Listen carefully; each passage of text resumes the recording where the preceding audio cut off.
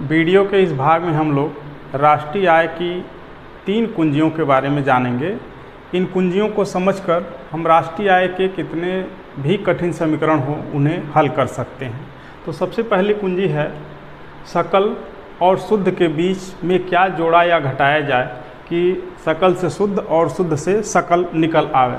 तो इसमें किसी भी सकल से, चाहे सकल राष्ट्रीय आय हो, सकल घरेलू आय हो, उसमें से यदि ह्रास घटा दिया जाए तो शुद्ध निकल आता है। यानी कि सकल, जैसे मान लीजिए जीडीपी का मतलब होता है ग्रॉस डोमेस्टिक प्रोडक्ट, सकल घरेलू उत्पादन। सकल घरेलू उत्पादन से ह्रास घटा दिया जाए तो शुद्ध घरेलू उत्पादन यानी एनडीपी, नेट डोमेस्टिक प्रोडक्ट निकल आएगा। एनडीपी यानी नेट डोमेस्टिक प्रोडक्ट में घिसावट को जोड़ दिया जाए तो फिर से हमारा सकल घरेलू उत्पादन प्राप्त हो जाएगा। इसी तरह से जीएनपी यानी ग्रॉस नेशनल प्रोडक्ट से ह्रास घटा दिया जाए तो एनएनपी निकल आएगा, यानी नेट नेशनल प्रोडक्ट, और एनएनपी में ह्रास जोड़ दिया जाए तो फिर जीएनपी प्राप्त हो जाएगा। तात्पर्य कि केवल सकल और शुद्ध के बीच का अंतर घिसावट ही है। सकल से घिसावट घटा दी जाएगी तो शुद्ध प्राप्त हो जाएगी, शुद्ध में घिसावट जोड़ दी जाएगी तो सकल प्राप्त हो जाएगी। यह एक कुंजी है। दूसरा है साधन लागत और बाजार मूल्य। थोड़ा सा इसको समझने की ज़रूरत है। साधन लागत का तात्पर्य होता है किसी वस्तु को उत्पादित करने में विभिन्न साधनों को, यानी उत्पादन के जो भिन्न भिन्न साधन हैं उनको कुल कितना दिया गया, कच्चे माल को कितना दिया गया, श्रम को कितना दिया गया, पूंजी को कितना दिया गया, उद्यमी को कितना दिया गया और अन्य जो कुछ खर्चे हैं कितना दिया गया। इनको जोड़कर जो लागत आती है वह साधन लागत कहलाती है और यही वास्तव में उस उत्पाद की कीमत होती है। लेकिन सभी उत्पाद उसी कीमत पर नहीं बेचे जाते हैं बाज़ार में जिस कीमत पर वह उत्पादित होते हैं। कुछ ऐसे उत्पाद होते हैं जो बहुत ही ज़रूरी होते हैं, जन कल्याणकारी होते हैं। ऐसे उत्पादों को जन जन तक पहुंचाने की जिम्मेदारी सरकार की होती है, एक लोक कल्याणकारी राज्य की होती है। और बाज़ार ऐसे उत्पादों को हो सकता है कि गरीब आदमी तक पहुंचाने में असफल हो जाए।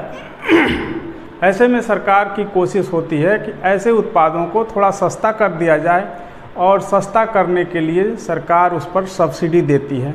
जैसे मान लीजिए कोई उत्पादन 100 रुपये में साधन लागत पर तैयार होता है और सभी लोग 100 रुपये का उत्पादन खरीदने में सक्षम नहीं हैं, तो ऐसे में उन्हें उस उत्पाद की कीमत सरकार द्वारा कम करने के लिए सब्सिडी दी जाती है। अब मान लीजिए प्रति इकाई सरकार ने 20 रुपये सब्सिडी दी तो साधन लागत पर वह उत्पाद 100 रुपये का होगा, लेकिन सब्सिडी देने के कारण वह उत्पाद 80 रुपये का हो गया।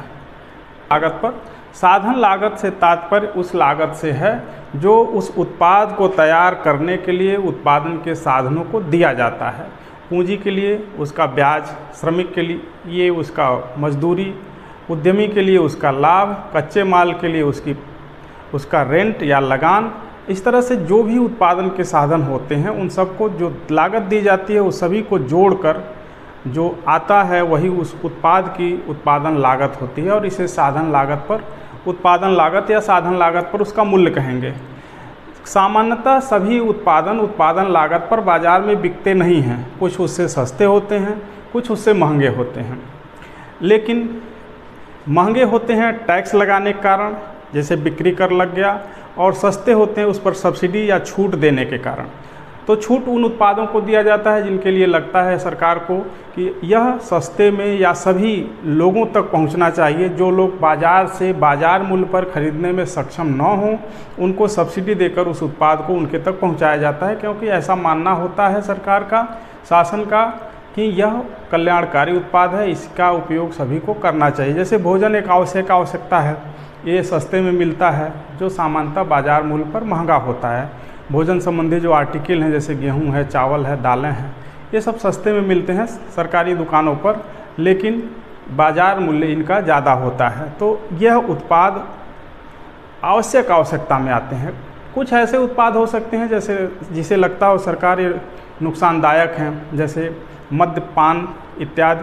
तो ऐसे उत्पादों पर उत्पादन लागत पर ये सस्ते होते हैं, यानी साधन लागत की जो कीमत होती है वो बहुत सस्ती होती है, लेकिन यह सब तक उस कीमत पर यदि पहुंच जाए तो लोग मद्यपान करके निकम्मे हो जाएंगे। इसलिए सरकार इस पर भारी मात्रा में टैक्स लगाती है। और भी बहुत सारे उत्पाद होते हैं जिन पर टैक्स लगाया जाता है, और टैक्स लगाने के कारण ये महंगे हो जाते हैं, और महंगे होने के कारण सारे लोग इसको नहीं खरीदते हैं। तो जो शुद्ध अप्रत्यक्ष कर है यह सब्सिडी और अप्रत्यक्ष कर का समायोजन करके प्राप्त होता है। जैसे मान लीजिए कि 100 रुपये का साधन लागत पर चीज़ तैयार होती है, इसमें सरकार 20 रुपये टैक्स लगाती है और 30 रुपये सब्सिडी देती है, तो जो शुद्ध अप्रत्यक्ष कर होगा वो -10 रुपये का होगा। यानी कि जो साधन लागत पर यदि ये 100 रुपये आय है तो इसमें से जो यहाँ 10 रुपया बचा इसको घटाया जाएगा, तो बाज़ार मूल्य पर ये 90 रुपये का होगा। लेकिन यहीं यदि इसको उलट दिया जाए, ये 30 रुपया हो जाए और यह 20 रुपया हो जाए, तो यह इसमें 10 रुपया जुड़ जाएगा और 110 रुपये की बाज़ार मूल्य पर ये राष्ट्रीय आय हो जाएगी। तो तात्पर्य कि शुद्ध अप्रत्यक्ष कर में सब्सिडी और अप्रत्यक्ष कर का समायोजन होता है। जो आता है उसको यदि साधन लागत पर जोड़ा जाता है तो बाज़ार मूल्य पर, और बाज़ार मूल्य से इसको घटाया जाता है तो साधन लागत पर राष्ट्रीय आय प्राप्त हो जाती है। यह दूसरा की है।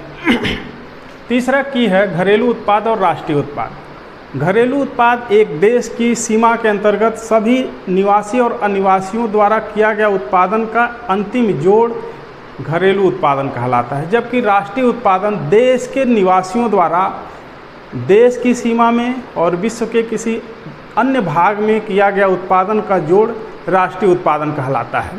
तो आप अपने देश की सीमा में उत्पादित करके बेचें तो आपका निर्यात कहलाएगा, या उसके देश में ही जाकर उत्पादन करके उसको दें तब भी आपका वो निर्यात कहलाएगा।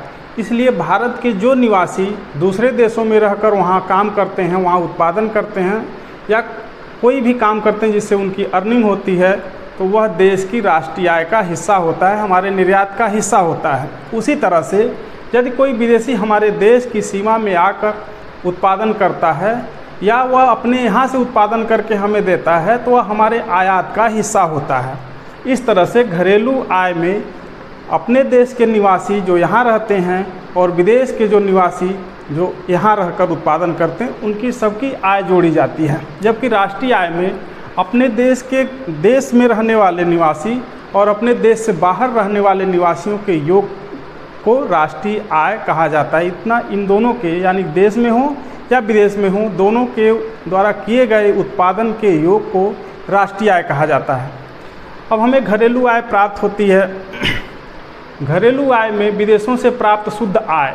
अब शुद्ध आय से तात्पर्य यह होता है कि निर्यात माइनस आयात, यक्स माइनस यम, इसमें समायोजन कर लिया जाता है। जो बचता है वह धनात्मक होगा, यानी निर्यात ज़्यादा होगा, आयात कम होगा तो धनात्मक होगा, और ये कम होगा और यह ज़्यादा होगा तो यह ऋणात्मक हो जाएगा।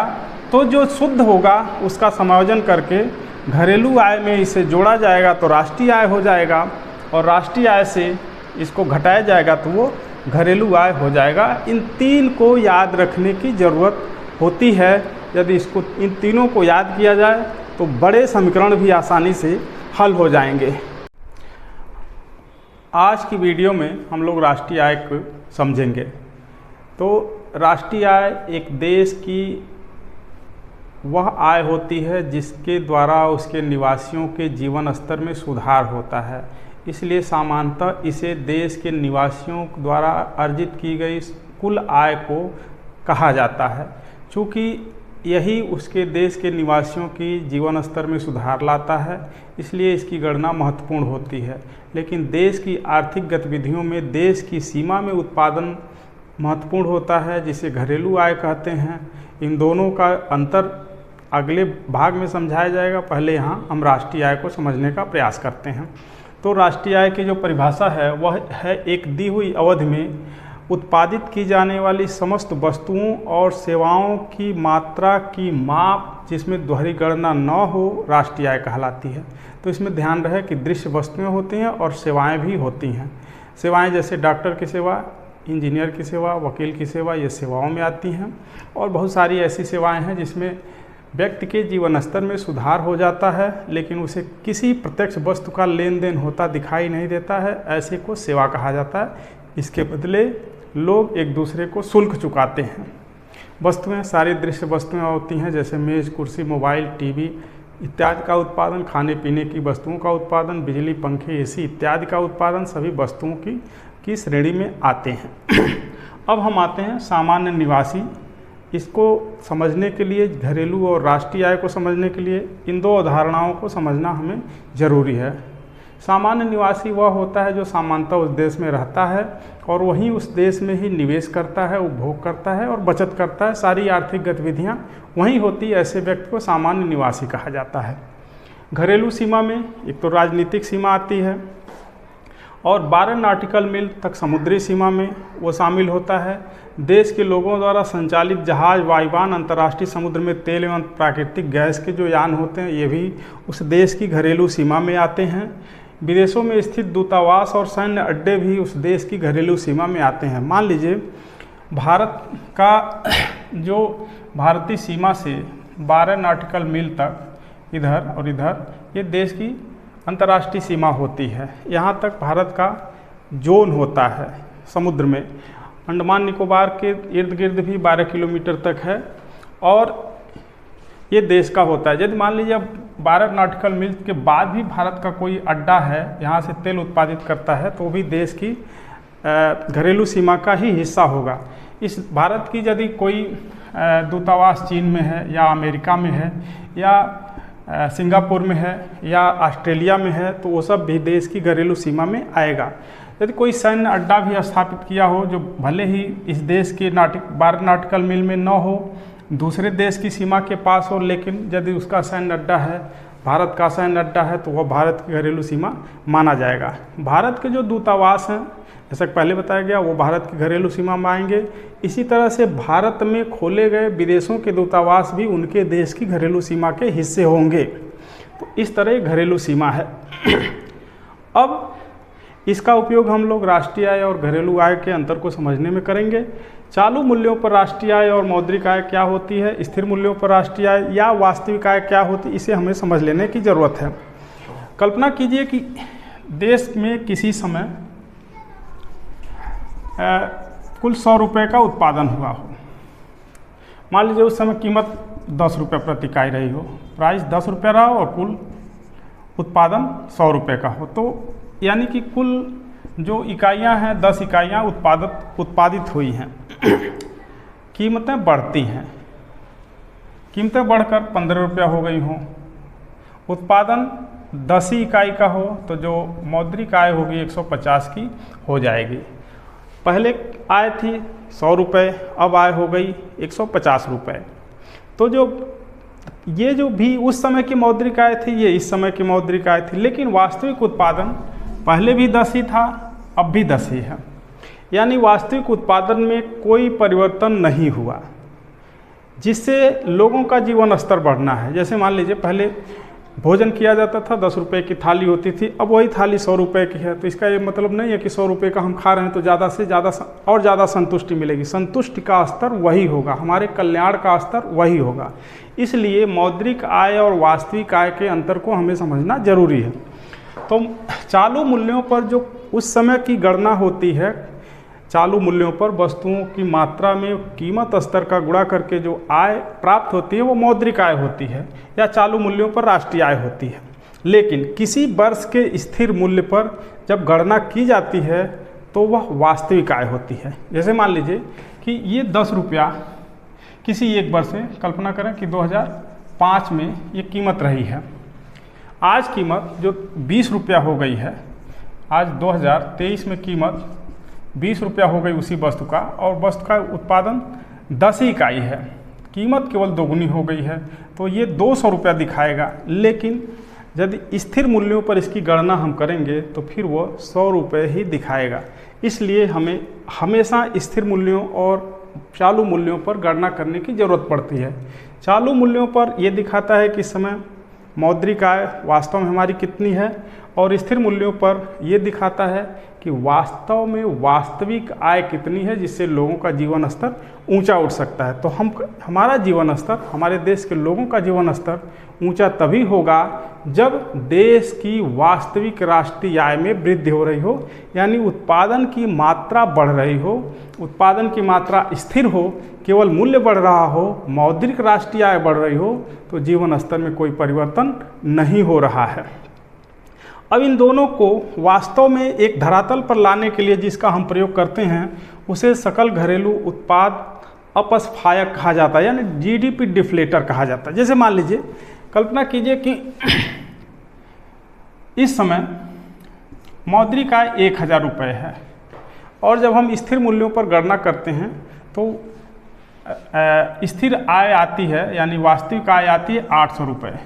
तो जो डिफ्लेटर होगा वह 1000/800 × 100 होगा। तो यहाँ हम इसको काटेंगे तो 125 आएगा, तो बराबर 125, यानी कि कीमतें 25% बढ़ी हुई हैं। तो चालू मूल्यों पर राष्ट्रीय आय या मौद्रिक आय और स्थिर मूल्यों पर राष्ट्रीय आय या वास्तविक आय बढ़ रही है, घट रही है, इसमें क्या संबंध है, इसको ज्ञात करने के लिए सकल घरेलू उत्पाद अपस्फायक का हम प्रयोग करते हैं। अर्थशास्त्रियों द्वारा इसका प्रयोग करके यह ज्ञात किया जाता है कि जो बढ़ी हुई आय है यह वास्तव में बढ़ी हुई है या कीमतों के बढ़ने के कारण प्रदर्शित हो रही है। यदि कीमतों के कारण बढ़ने पर प्रदर्शित हो रही है तो वास्तविक ये सकल घरेलू उत्पाद अपस्फायक का प्रयोग करके फिर इसे वास्तविक आय के स्तर पर लाया जाता है, या कीमत सूचकांक ज्ञात कर लिया जाता है कि हाँ वास्तव में इतने % कीमत बढ़ गई है, इसी वजह से जो इस समय करेंट मूल्य पर घरेलू आय प्रदर्शित हो रही है वास्तव में मूल्य बढ़ने के कारण है, न कि वास्तव उत्पादन बढ़ने के कारण है। इसको जीडीपी जो अपस्फायक है, जीडीपी डिफ्लेटर है, उसको ज्ञात करने का सूत्र है चालू मूल्य पर राष्ट्रीय आय बटे वास्तविक राष्ट्रीय आय या वास्तविक राष्ट्रीय आय, जिसे हम कहते हैं स्थिर मूल्य पर राष्ट्रीय आय।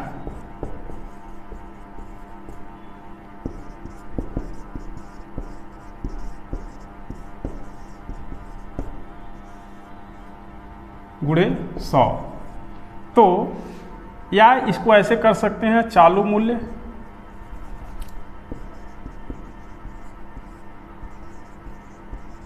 बटे स्थिर मूल्य गुणे 100। इन दोनों ही सूत्रों का प्रयोग करके जैसी भी स्थिति हो हम अपस्फायक की गणना कर लेते हैं। अपस्फायक यानी कीमत सूचकांक। यदि मान लीजिए चालू मूल्यों पर राष्ट्रीय आय 1000 है और स्थिर मूल्यों पर राष्ट्रीय आय 800 है, तो इसमें गुणे 100 करेंगे तो यह आ जाएगा 125, यानी कि कीमतों में 25% की वृद्धि हुई है, जो वास्तविक आय में कोई वृद्धि नहीं दिखा रहा है। स्थिर मूल्य पर जो राष्ट्रीय आय 800 है वह इस 1000 के बराबर है, क्योंकि 25% कीमतें के बढ़ने के कारण यह मौद्रिक आय बढ़ी हुई दिखाई दे रही है, न कि वास्तविक आय बढ़ी हुई है। यदि ये दोनों एक ही वर्ष की हैं तो कोई वास्तविक आय में वृद्धि नहीं हुई है। तो इस तरह से ये अवधारणाएं हैं जो हमें राष्ट्रीय आय को समझने में मदद करती हैं। वीडियो के इस भाग में राष्ट्रीय आय की अवधारणाओं के बारे में हम समझेंगे, जिसमें सबसे पहली अवधारणा आती है GDP. GDP stand for gross domestic product. Gross domestic product यानी कि देश की घरेलू सीमा के अंतर्गत सभी निवासियों और अनिवासियों द्वारा उत्पादित समस्त वस्तुओं और सेवाओं के योग को सकल घरेलू उत्पादन कहा जाता है। अब यह सकल घरेलू उत्पादन से यदि घिसावट घटा दिया जाए तो यह निवल घरेलू उत्पादन होगा। जैसा कि वीडियो के पिछले भाग में जो कुंजी बताई गई थी उसमें जीडीपी और जीएनपी यानी कि शुद्ध और सकल के बीच का जो अंतर है वह घिसावट ही है। तो जीडीपी से घिसावट घटा दी जाएगी तो नेट डोमेस्टिक प्रोडक्ट यानी शुद्ध घरेलू उत्पादन प्राप्त हो जाएगा। अब घिसावट क्या है?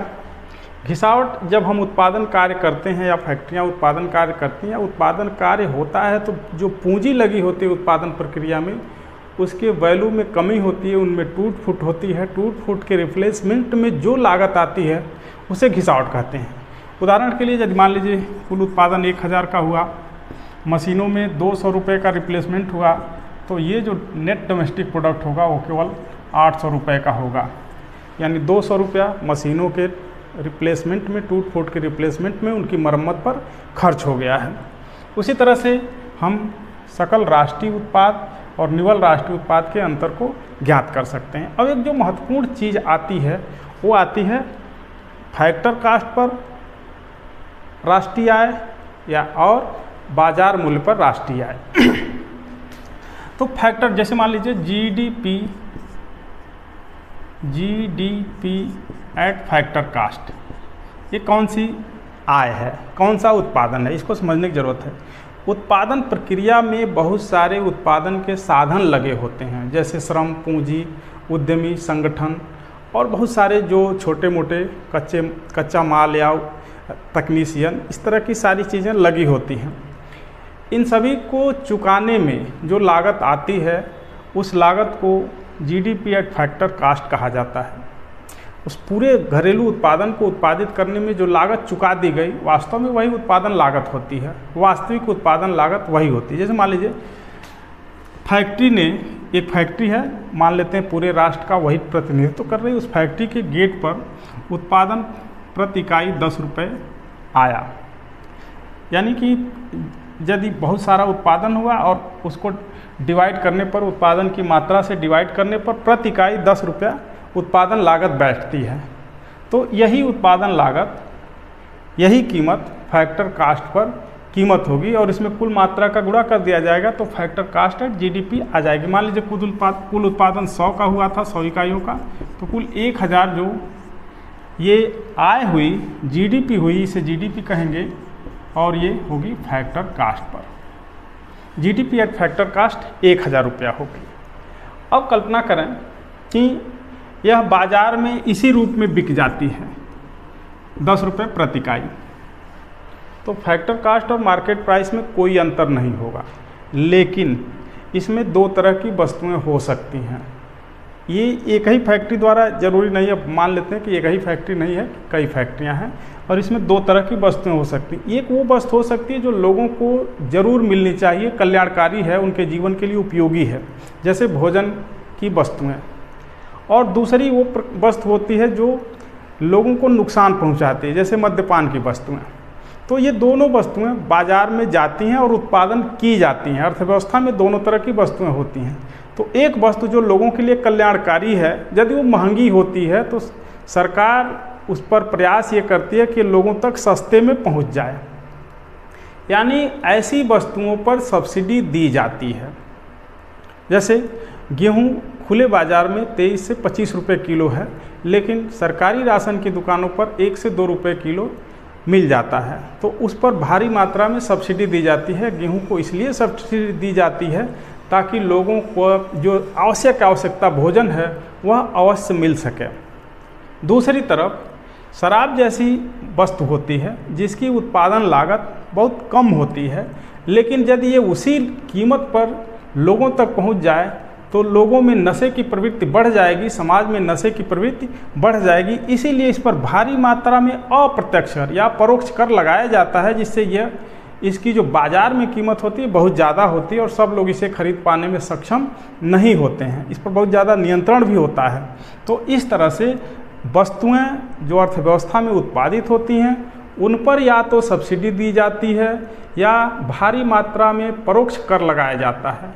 तो जो सब्सिडी होती है फैक्टर कास्ट से बाजार कीमत को कम कर देती है, फैक्टर कास्ट पर जो कीमत होती है उससे बाजार कीमत को कम कर देती है, और जो अप्रत्यक्ष कर होता है वो फैक्टर कास्ट पर जो कीमत होती है उससे बाजार कीमत को बहुत ज़्यादा बढ़ा देता है। तो हम किस वस्तु पर टैक्स लगा है, किस वस्तु पर सब्सिडी दी गई है, इसे समायोजित कर लिया जाता है और दोनों को समायोजित करने के बाद कहा जाता है कि शुद्ध परोक्ष कर कितना लगा है, यानी कि सब्सिडी और अप्रत्यक्ष कर को समायोजित कर लिया जाता है। तो यदि ये फैक्टर कास्ट है और इसे मार्केट प्राइस पर ज्ञात करना है तो इसमें से सब्सिडी घटाई जाएगी, माइनस सब्सिडी प्लस अप्रत्यक्ष कर। तो अब जो आएगा वह हो जाएगा जीडीपी एट मार्केट प्राइस।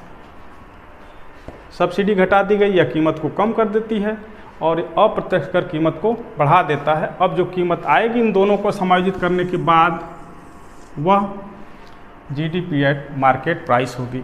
इन दोनों को संयुक्त रूप से कुंजी में कहा गया है शुद्ध परोक्ष कर,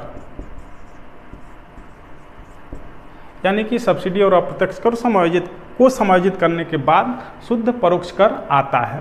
तो इस शुद्ध परोक्ष कर को फैक्टर कास्ट की जीडीपी में जोड़ा जाएगा तो जीडीपी पर मार्केट प्राइस आ जाएगा और मार्केट प्राइस से इसको घटाया जाएगा तो फैक्टर कास्ट पर जीडीपी ज्ञात हो जाएगी।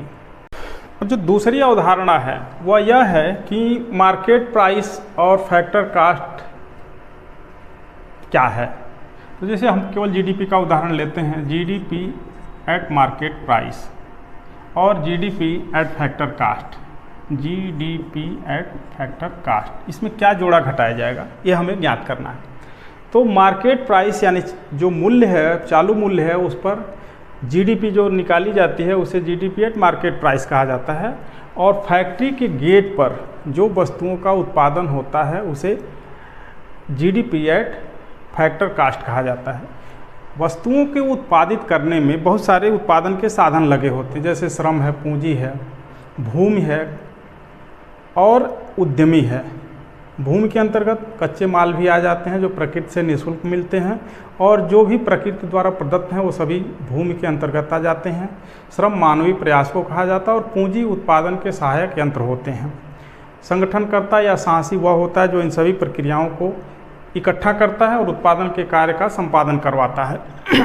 तो इन सभी को देने के लिए जो इस्तेमाल किया जाता है वो फैक्टर कास्ट होता है। जैसे मान लीजिए कि 100 इकाई वस्तुओं को उत्पादित करने के लिए कुल 1000 का भुगतान किया गया, 1000 रुपये का भुगतान इन सभी को किया गया, तो प्रति इकाई कीमत 10 रुपये आएगी और ये 10 रुपये प्रति इकाई कीमत ही साधन लागत पर इस वस्तु की कीमत होगी।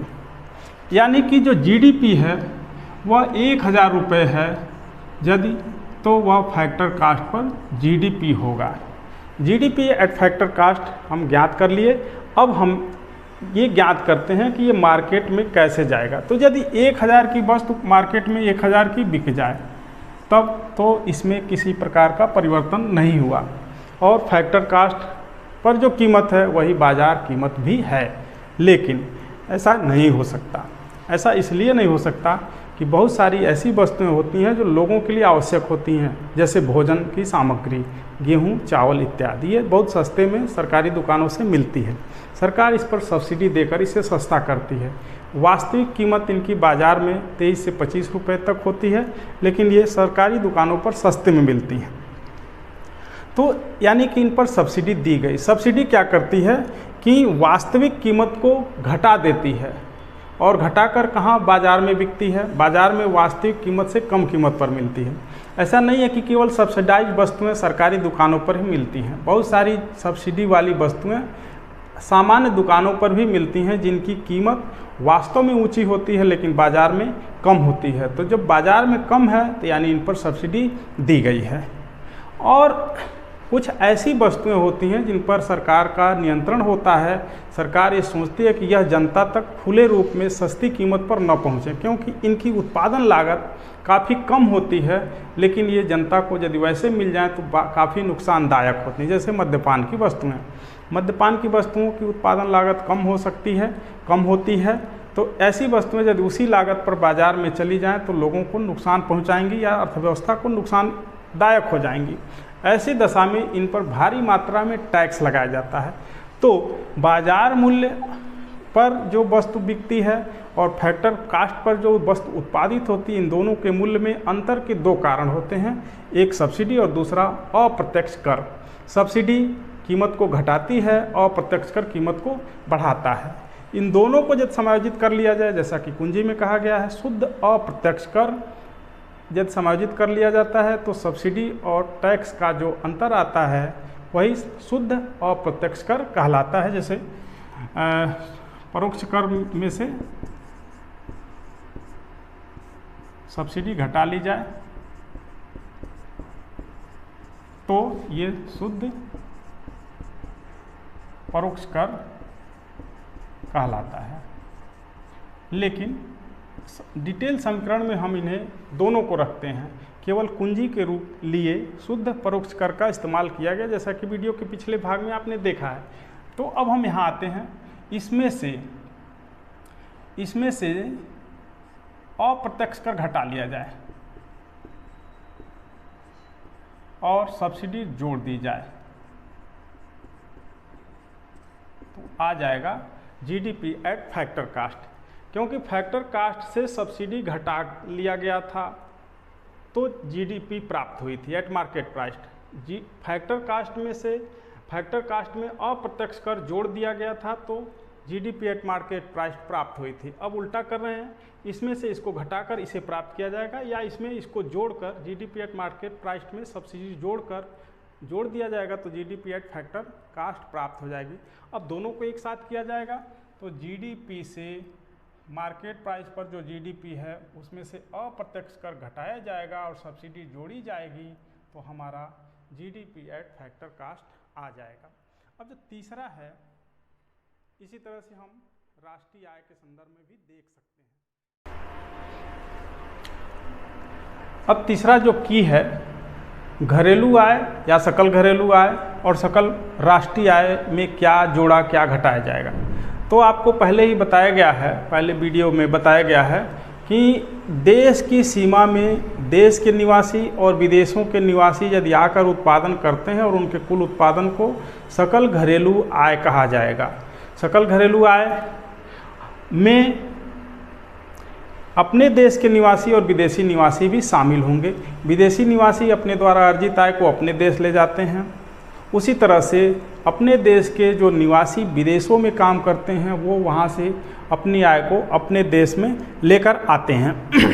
तो जो अपने देश के निवासी हैं और विश्व के किसी भी भाग में उत्पादन कर रहे हैं और अपने देश में उत्पादन कर रहे हैं, इन दोनों के जोड़ को सकल राष्ट्रीय आय कहा जाएगा। जबकि अपने देश की घरेलू सीमा में नेशनलिस्ट और फॉरेनर द्वारा किया गया कुल उत्पादन ग्रास डोमेस्टिक प्रोडक्ट या सकल घरेलू उत्पादन कहा जाएगा। इनके बीच का जो अंतर आता है वह है आयात और निर्यात का। तो जो हम निर्यात करते हैं वो हमारा उत्पादन होता है और हमारे आय में उसका कीमत जोड़ा जाता है। जैसे मान लीजिए कि हम किसी वस्तु का उत्पादन करके विदेश को भेज रहे हैं तो उसकी जो मौद्रिक आय होगी वो हमें प्राप्त होगी, इसलिए वो हमारे राष्ट्रीय आय का हिस्सा होगी। लेकिन कोई विदेशी नागरिक हमारे देश में उत्पादन कर रहा है, उसकी आय अपने देश ले जा रहा है तो वह उसकी आय का हिस्सा होगी, उसे हम अपने राष्ट्रीय आय का भाग नहीं कह सकते। तो जीडीपी में जब शुद्ध विदेशी आय जोड़ ली जाती है तब वह हमारी राष्ट्रीय आय हो जाती है। शुद्ध विदेशी आय में आयात और निर्यात का समायोजन होता है, यानी कि जो हमारा निर्यात है जिसे हम एक्स कहते हैं एक्सपोर्ट, और जो निर्यात है उसे यम कहते हैं यानी इंपोर्ट। तो यह हमारी आय है और यह विदेश की आय है, यह हमारी देनदारी होती है, हमारी प्राप्ति होती है। तो इसमें प्राप्तियां जोड़ दी जाए यानी प्लस एक्स माइनस यम तो बराबर हो जाता है। जब जीडीपी में निर्यात जोड़ दिया जाता है और आयात घटा दिया जाता है तो हमारा जीएनपी बन जाता है। इन दोनों के समायोजन को एक्स माइनस यम के समायोजन को शुद्ध विदेशी आय कहा जाता है। शुद्ध विदेशी आय कहा जाता है। तो ये तीनों पूंजियों का जो सार है संक्षिप्त रूप से मैंने समझाया आपको। अब आपको एक व्यापक समीकरण लिखकर मैं दिखाता हूँ कि इसमें कैसे कैसे क्या होगा। तो जैसा कि आप देख रहे हैं, नेट नेशनल प्रोडक्ट बराबर, अब जीडीपी हमारे पास है और नेट नेशनल प्रोडक्ट हमें ज्ञात करना है। तो जीडीपी में से घिसावट घटा दी जाएगी, उसमें निर्यात जोड़ दिया जाएगा और आयात घटा लिया जाएगा। यहाँ मार्केट प्राइस और फैक्टर कास्ट की बात नहीं की गई है। तो यदि हम यहाँ मार्केट प्राइस की लिखते हैं तो ये भी मार्केट प्राइस लेंगे, और यहाँ फैक्टर कास्ट लिखते हैं तो ये भी फैक्टर कास्ट ले लेंगे। यदि हम यहाँ मार्केट लिखते हैं और यहाँ फैक्टर लिखते हैं तो थोड़ा सा इसमें हमें अप्रत्यक्ष कर और सब्सिडी को भी समायोजित करना होगा। तो इससे समीकरण थोड़ा और जटिल हो जाएगा, लेकिन आप उसे आसानी से लिख कर देख सकते हैं।